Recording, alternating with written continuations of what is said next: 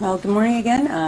I'm Attorney General Dana Nessel. I'm here to announce the results of two different investigations that were conducted by my department's Public Integrity Unit concerning members of law enforcement community and the use of force.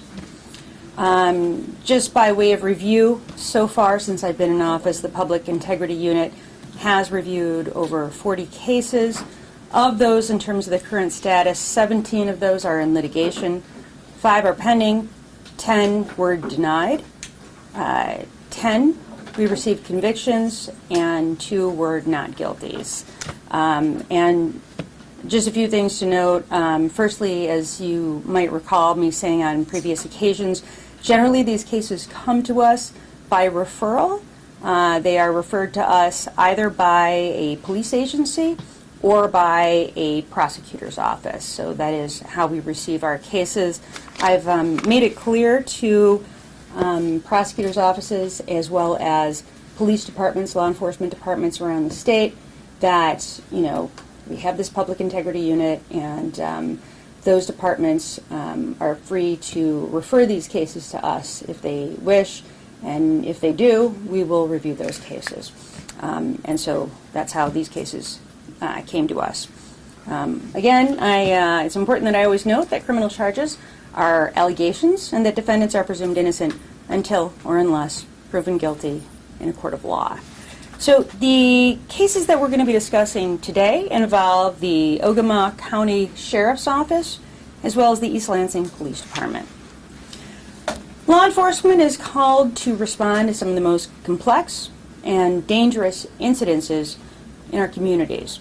These situations often involve stress and heightened emotions, danger, violence, and the potential for bodily harm and for death. And as such, officers may take exceptional measures to ensure their personal safety as well as the safety of the public. Exercising the use of force in the course of protecting public safety requires sound judgment, requires training, and judicious application. Residents place their trust in the law enforcement community to ensure the public's safety, and officers have a duty to intervene, especially when they observe excessive use of force by a fellow officer that violates department policy and violates the law. Residents should be able to rely on the police to respond for calls for aid, and they should be able to do it free from assaults. Michigan law provides a police officer with the right to use the degree of force that is reasonable under the circumstances to effectuate an arrest and to protect themselves and others while making that arrest. If a person uses force within our state's definition of self-defense, their actions are then justified under the law and they are not guilty of a crime. So let's start with Ogama County Sheriff's Office, and we're going to be talking about Matthew Viviano. So the first case I'm addressing involves that and Ogama County Sheriff's Deputy Matthew Viviano and his use of force against the victim in this case, who is an autistic adult resident of the Premier Care Assisted Living Home that's located at 5205 South M33 in Alger, Michigan, and this occurred on September 8th of 2021. The Ogama County Sheriff's Office responded to an emergency call regarding a 27-year-old autistic resident housed at Premier Care. The victim was alleged to have assaulted one of the caretakers and was reported to be, quote, out of control. Ogama Sheriff Deputy Michael Odell responded to the scene. Michigan State troopers also responded to the call as an assist to the Ogama County Sheriff's Office. Troopers Robert Lee, Justin Henderson, and Joe Hamlin all responded to the location in order to assist. And also responding was Ogama County Sheriff Deputy Matthew Viviano, though he did not radio that he would be responding. Premier Care is a group home for adults who are developmentally disabled, and the facility is well known to both the Ogama County Sheriff's Office as well as to the Michigan State Police. and Deputy Viviano had previously been dispatched to the location on at least 2 separate locations and was therefore familiar with the facility and familiar with his residents. Now, upon arrival to the location, there was a male and female standing outside. The male caretaker was the individual who was alleged to have been assaulted by the victim. Deputy Odell was the first to enter the home, followed by Trooper Henderson. When the officers entered the home, they approached the victim, who was not able to effectively communicate. Law enforcement at the facility described the individual as showing signs of emotional distress. Deputy Odell engaged with the victim in an effort to calm him down, and law enforcement present on the scene reported that his movements did not appear assaultive or threatening. So at this point in the interaction, Deputy Viviano also engaged with the victim to force him into a seated position, agitating and upsetting him. Deputy Viviano did this repeatedly, pushing or forcing him to sit down. When the victim did not comply, Deputy Viviano physically assaulted him. Trooper Lee then intervened in an effort to de-escalate the situation, and although Deputy Viviano did not respond to the trooper, the victim responded to Trooper Lee's efforts, and the assault ultimately stopped. Per Trooper Henderson, all the troopers and Deputy Odell joined in working to defuse the situation. Once the assault had ended, Deputy Viviano and the victim were separated, and Viviano was taken outside. The victim was then transported to the local hospital by Deputy Odell for a mental health evaluation. Following the assault, the 3 MSP troopers reported this incident to Sergeant Craig Johnson of the Michigan State Police. Ogama Sheriff's Office does have a use of force policy. It's policy number 31 in their manual, and it states, "It is the policy of the department to utilize the amount of force that is objectively reasonable considering the totality of the circumstances that are confronted in order to effect an arrest and or accomplish the lawful performance of duty while protecting the public." The policy also provides that a deputy can escalate force if they believe the current level of force is insufficient to stop or control the resistance. A deputy may use force to stop potentially dangerous and unlawful behavior, to protect a person or the officer from injury or from death, to protect subjects from injuring themselves, or to effect a lawful arrest. However, a deputy must report the use of force to a supervisor and must complete a use of force report as soon as possible. A supervisor would then review that report and forward it to the appropriate chain of command. It should be noted that Deputy Viviano did not report his use of force to anyone and never completed a report regarding his use of force and never reported that he responded to the scene at all. Based upon a thorough review of all evidence presented, my department will seek criminal charges against Matthew Viviano for his conduct. Deputy Viviano will be charged with the following: 1 count of misconduct in office pursuant to MCL 750.505, which is a 5-year felony, and 1 count of assault and battery pursuant to MCL 750.81, which is a 93-day misdemeanor.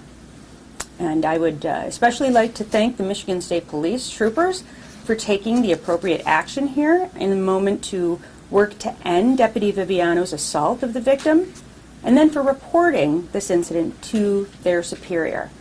They should be commended for their integrity and their willingness to ensure that Deputy Viviano is held accountable for having violated the law.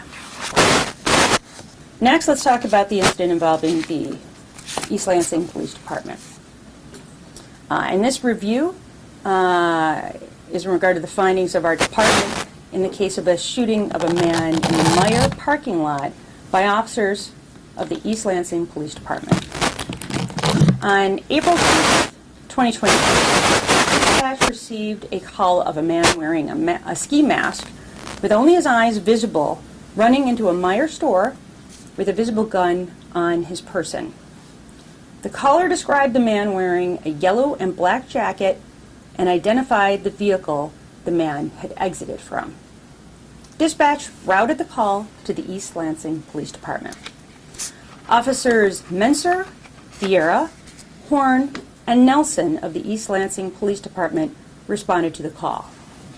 Officers Nelson and Horn entered the Meijer store and saw the individual that matched the description of the man identified by the caller. The individual, DeAnthony Van Atten, immediately ran from the officers and exited the store, where he was met by Officer Vieira. Officer Vieira pointed his firearm at the man and ordered him to show his hands and to stop. However, Mr. Van Atten continued to run. Officer Vieira holstered his firearm and gave chase to Mr. Van Atten. Officer Menser arrived and joined the chase of the suspect. Officer Menser yelled to Mr. Van Atten, "Stop, or you're going to get tased." And the officer can be seen running with the taser in his hand. Surveillance footage shows Mr. Van Atten pulling a firearm from the front right region of his body. The firearm is visible in Mr. Van Atten's right hand as he runs through the parking lot. At this time, Officer Menser is heard yelling, "He's reaching! He's reaching! He's got a gun!" Officer Menser then takes cover by a black pickup truck and fires 2 shots. He then calls in the fact that he discharged his weapon. Mr. Van Atten then moves between some parked cars and comes into the view of Officer Vieira, who then fires his weapon 6 times. Mr. Van Atten falls to the ground, and Officer Horn is seen walking up to him, as well as having his weapon drawn, and then he kneels in order to arrest Mr. Van Atten. Officer Vieira and Officer Horn then immediately begin life-saving measures on Mr. Van Atten. While Officers Horn and Vieira are tending to Mr. Van Atten, Officer Nelson and another officer begin looking for Mr. Van Atten's weapon. Officer Nelson finds the handgun, which is loaded with a live round in the chamber beside the car Mr. Van Atten was seen beside earlier. East Lansing Police Department requested assistance from the following jurisdictions: the Lansing Police Department, the Meridian Township Police Department, as well as the Michigan State University Police Department. Mr. Van Atten's encounter with the East Lansing Police Department resulted in him being shot twice. The East Lansing Police Department has a use of force policy, and it reads in part, quote, "Police officers are authorized to use deadly force only under the following circumstances: an honest and reasonable belief that the use of deadly force is necessary to prevent the imminent death or imminent great bodily harm to himself, herself, or to another individual." So the legal question in this case is whether the ELPD officers Vieira and Menser acted in a legal manner during their interaction with Mr. Van Atten when they used deadly force by discharging their respective firearms. Police officers have the lawful authority to use force to protect the public welfare, but a careful balance of all human interests is absolutely required. And an officer's decision about the level of force necessary to control an individual will be based on the officer's perception of the threat and the subject's apparent ability to carry out that threat.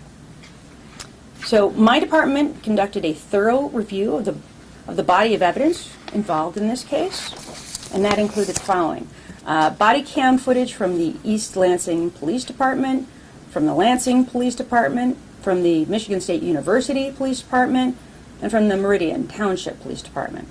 We also reviewed reports from the Michigan State University Police Department, the Lansing Police Department, Meridian Township Police Department. We reviewed dispatch records, calls that were made to 911, surveillance video footage, and much more. An independent witness statement was taken by police corroborates that Mr. Van Atten had a firearm in his possession while running through the parking lot. And based on a review of that evidence, And based on the law, it is clear that Officer Vieira and Officer Menser were of the reasonable belief that Mr. Van Atten presented an extreme danger, and it is therefore my conclusion that the use of force by these two officers was justified. They took the measures necessary to eliminate an immediate and extreme threat. Officer Menser and Officer Vieira pursued and eliminated that threat posed by Mr. Van Atten, and in doing so they protected their own lives and the safety of members of the public who were present at the location. My department also conducted a review of the evidence as it pertains to Mr. Van Atten and his conduct, including his social media posts that led up to the incident at the Meijer store, interviews conducted by law enforcement after the incident, many witness statements, and the Michigan State Police laboratory report. Based upon that review, it is clear that Mr. Van Atten had a visible weapon as he was running from the four police officers in a location where members of the public were present. Mr. Van Atten was provided multiple commands by the officers and yet failed to comply with any of those lawful commands. And instead, Mr. Van Atten proceeded to run through the Meijer parking lot with a loaded firearm. It was later determined after the weapon was located that that weapon had previously been reported as having been stolen. Consequently, Mr. Van Atten's actions substantiate criminal charges, and he has been charged with count 1, carrying a concealed weapon, count 2, receiving and concealing a firearm, count 3, felony firearm, count 4, resisting and obstructing an officer, and that's 3 counts of that. So that's count 4 through 7, involving 3 different police officers. And then lastly, count 8, retail fraud in the 3rd degree. The decision in each of these cases was strictly based on the evidence and the law that applies to that evidence. Now, I understand that there are those who might disagree with my decision to charge certain individuals and not others, but I have a duty to evaluate the evidence on a case-by-case basis and to pursue appropriate charges where they are warranted.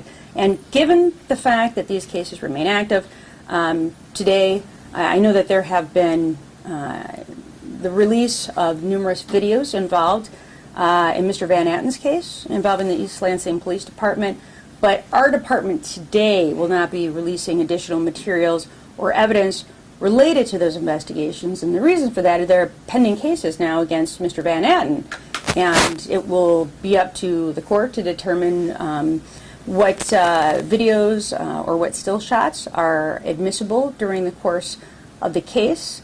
We're hopeful that the preliminary examination will be held in short order on that case, and if so, I expect that some of those videos and some of that footage may be admitted as evidence in that case, but again, it's not appropriate for me to display those videos here and now because of the pending case. And my understanding is that in the case involving the Ogama County Sheriff's Office, that the same rationale applies. Was there any actual video footage? We didn't have any body camera footage or any video footage at all, as far as I understand, from that case. Am I right? Yes.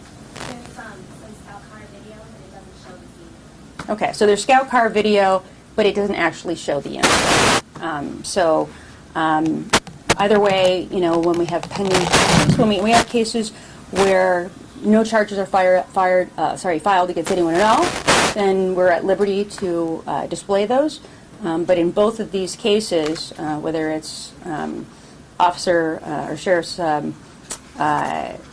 Deputy Viviano or Mr. Van Atten, because of those pending cases, it would be inappropriate for us to release those during the course of this press conference. So again, I want to thank Michigan State Troopers Henderson, Lee, and Hamlin for reporting the unlawful actions of a fellow officer. Those who violate their oath to protect and serve must be held accountable, and if their conduct is ignored or accepted, then we risk eroding public trust in all law enforcement, which in turn threatens the safety of our communities and it threatens the safety of our state. And so with that, I'd be happy to answer questions, but I know some of the questions before you start. Can I get, from my staff, can I get an update, please, on Mr., well, I should say Deputy Viviano? Has he been notified, and if so, is he turning himself in? Can someone please tell me what the status is of that? He has been notified, and he was advised to turn himself in. Okay. So my AAG has indicated that he's been notified of the charges. His counsel has been notified, correct, Lisa? He indicated that he was going to retain counsel, and that he was using outside counsel, which is what caused the delay from turning himself in. Got it. So he's retaining counsel. We have every expectation that he's going to turn himself in. He'll turn himself in to be booked, and then dates will be set at that point. As to Mr. Van Atten, can someone please give me an update so that we can indicate to the media what the status is on that? He's currently in custody and will be arraigned today at 2:30 p.m. via Zoom. All right. So if y'all heard that, Mr. Van Atten is in custody. He is in custody where? In the Ingham County Jail. Okay. So he's in the Ingham County Jail. He's going to be formally arraigned on the warrant at 2:30 today. Do we know what judge? Judge Larkin. Judge Larkin. Okay. With that, any other questions? Was the location of the East Lansing shooting being in a Meyer parking lot, was that taken into effect with the, I know you said the officers were protecting their own lives and the lives of those at Meyer. Was the fact that it was in an open parking lot with a lot of Meyer customers in the lot, was that taken into consideration as well? I think you always have to take that into consideration because remember, one of the things we're looking at is not just the threat that is posed by an individual to the officers, but also the threat to the public. And it's one thing to be in, an open field when you know that there are no members of the public that are present. It's quite another to be in the middle of a parking lot of a busy store. So I would say that that is absolutely a factor in making this determination. A follow-up question to that then. During this investigation, were there any thoughts then or concerns about shooting in the parking lot being a danger to the public? I think, again, whenever you have a situation where there may be members of the public that are present, you always have to take into account any danger that's posed to the public at large. I guess there were a large police presence that responded to this, and I think the initial calls, he wasn't necessarily brandishing the gun or making threats with it, from what I understand from previous reports. So, I guess, do you agree with that reaction to someone walking through a store with a gun, or are there details that haven't been shared yet? I would say that I believe that all of the facts and circumstances of this case will be brought out during the course of the preliminary examination, and also if there is a trial as well. I just will note that there was an enormous amount of information, and that includes video footage, and we feel very confident about the appropriateness of having cleared the officers in this case and having charged Mr. Van Atten. And we don't have a doubt as to that. We feel very confident in our decision. And again, an enormous amount of footage existed, and I believe that corroborates our decision making in this process. And regarding the retail fraud, I don't think that's been discussed yet. Are there claims of shoplifting? Well, retail fraud is generally considered shoplifting. So if you are in a store and you remove an item without having paid for it, generally speaking, that is considered to be retail fraud. Whether it's a retail fraud first, second, or third, it's predicated on a few different things. One is the cost of the item, and the other is what your previous criminal record is. So those are the two factors that are generally considered as to the degree. But whenever you have a retail fraud, it does involve leaving a store that's open to the public where there are products that are available for purchase and leaving the store without having paid for that item. Did the officers know anything about Mr. Van Atten at the time they were pursuing him in the Meyer store other than a physical description? Yeah. I can't comment on that. And again, There may or may not be information that comes out during the course of the proceedings, but it's not appropriate for me to say anything about that right now, and let me say why.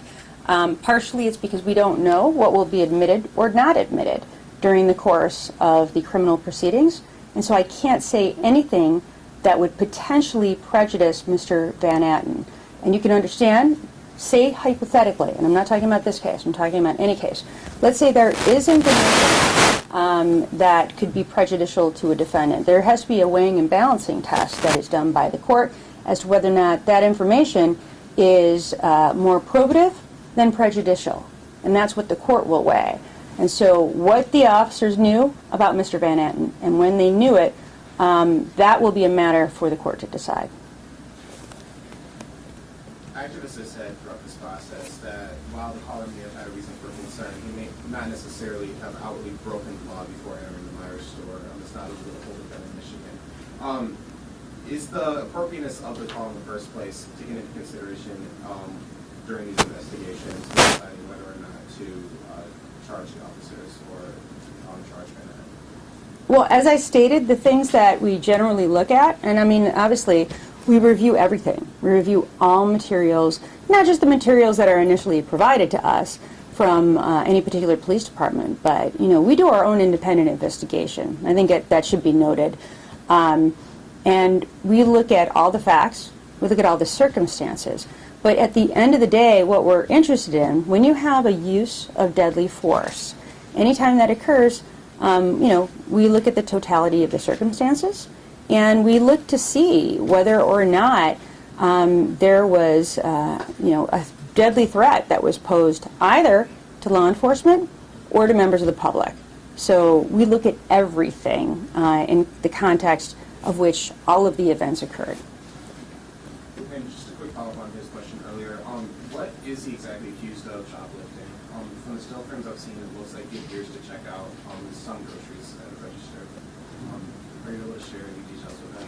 I don't have the information. When I say the information, I mean I don't have the exact language of the warrant on there. And generally speaking, I think it does state what was taken from the store. Do we know what products were not paid for? Because it is my understanding is that apparently there were some products paid for and some not. Do we know? It was retail items from the store. I think it was corn. It was what? Corn. Corn. Okay. Several ears of corn, I believe it was, right?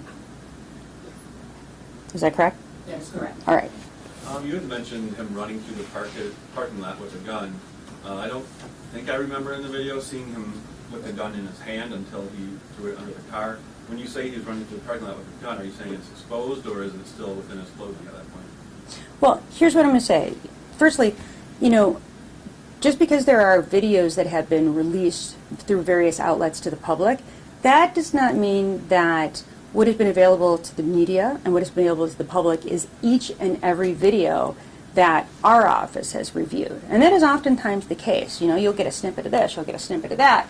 And what I find often to be the case is that, you know, oftentimes you see videos that are released, depending on who releases it, by the way. And this is not a criticism of the media, but I see videos that are sometimes released on social media, not by a member of the media.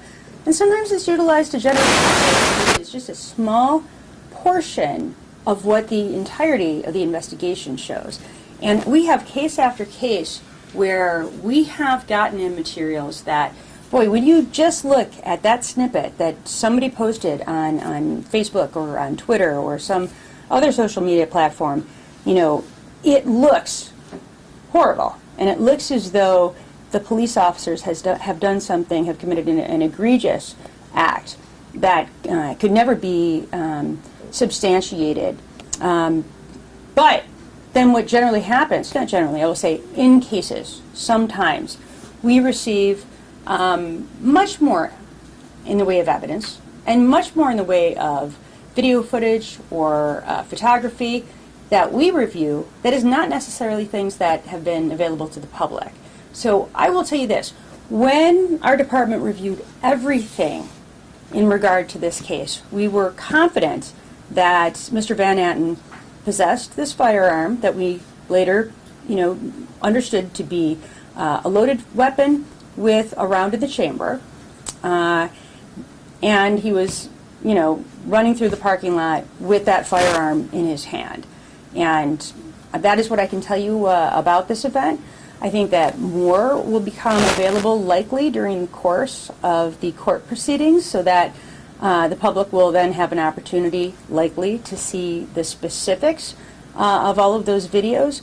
But in terms of our department's review, we have no doubt that Mr. Van Atten posed a danger to both the police officers and the public at large due to his activities on the day of this event.